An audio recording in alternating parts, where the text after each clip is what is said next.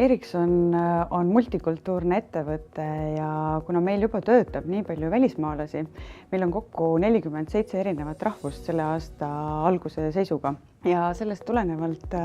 on välistudengitel väga lihtne meie juures tööd alustada, sest keeleruum on sama, võib leida oma kultuurist inimesi, kaasmaalasi, saab emakeeles rääkida ka mõnikord ja ettevõtte igapäevakeel on inglise keel, et see teebki selle võib-olla lihtsamaks kui tavaline või keskmine Eesti ettevõte peaks välistudengeid praktikale võtma. Välistudengeid tuleks endale praktikale võtta just sellepärast, et see annab sellise uue hingamise ja uued ideed ja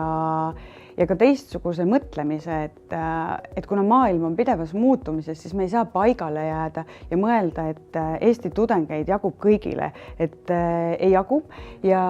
võib-olla selline mitmekesisus ja erinevad ideed tegelikult on need, mis aitavad meil ka soovitud innovatsiooni ja uute lahendusteni jõuda. Tööandjatele soovitaks välistudengeid praktikale võttes korraldada avatud uste päevi, näidata töökohta, kus töötatakse, laboreid näiteks, kui tegemist on insenerivaldkonnaga, töövarjupäevi ehk siis saada ülevaade konkreetselt töö sisust ja koostöö ülikoolidega ja ka kutsekoolidega, et oleneb, mis valdkonnast praktikante vajatakse. Ja kõige lõpetuseks mulle tundub, et oluline on ise olla aktiivne, kaardistada see turg, kust võimalikud praktikandid võivad tulla ja seeläbi siis juba koostööd otsida ja panna paika need võimalused.